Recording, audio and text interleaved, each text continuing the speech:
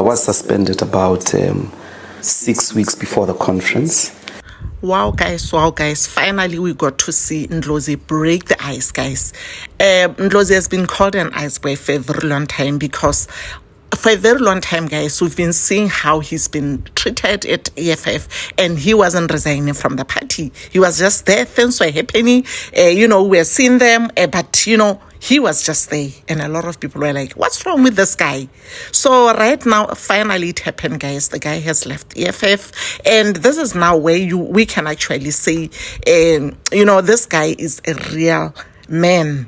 Ndlozi has proven to many and a lot of us that he's not just an ice boy, and for that he was relegated, guys. Julius Malema was expecting him to report a colleague to him, and he was like, that is not even on my plate, that is not even my business.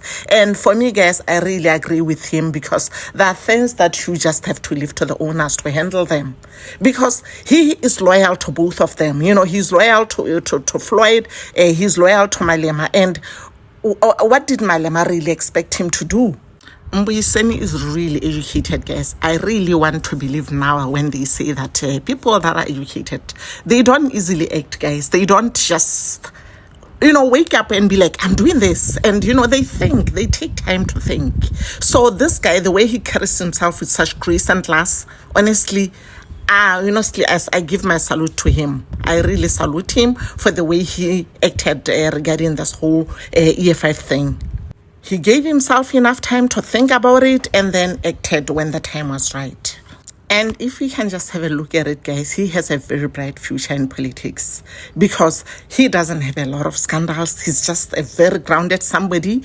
And trust me, this guy is going to come back stronger. And honestly, as for Malema is a problem, guys. Yeah, you can say what you want to say right now.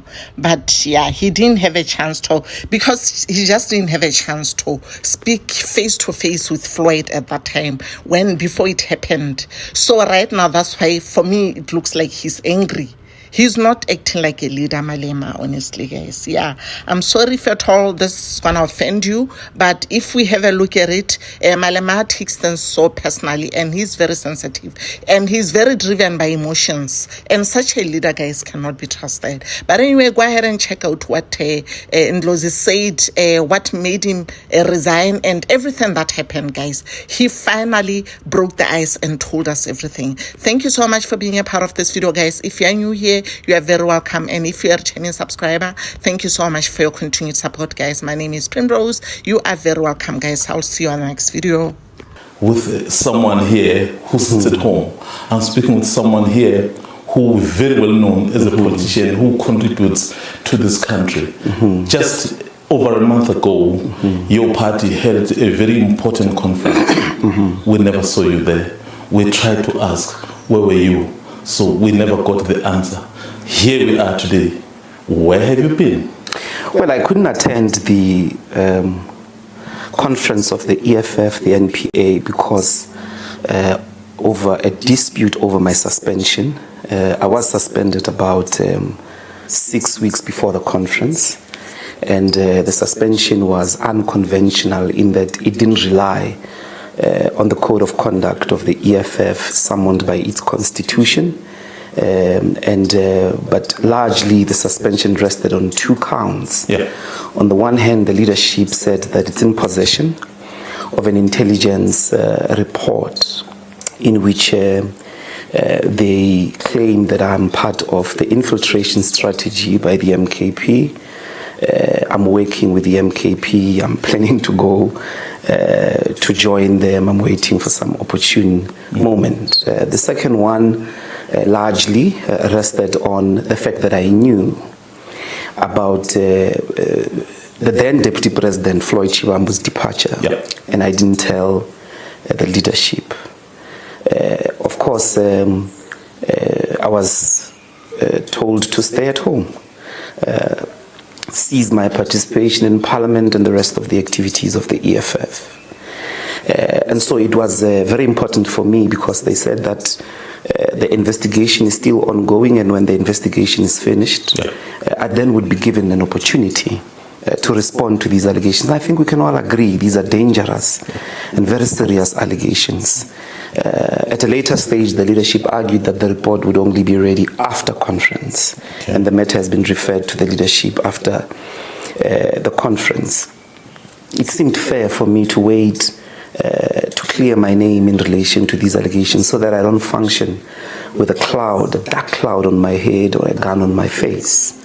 As I said, we can all agree these are very serious allegations that one had betrayed the revolution, had been disloyal, and that indeed you are a double agent of some sort.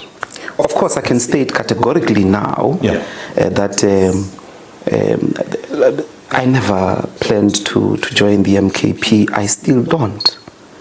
I never worked with anybody in the MKP in relation to some conspiracy about my departure. And I think that whatever information they say they have was based largely on lies. Secondly, I did know about the departure of Floyd Shivambu. He did come to tell me of his consideration, and indeed I did tell him that, look, you would have to take the leadership into confidence, and he did.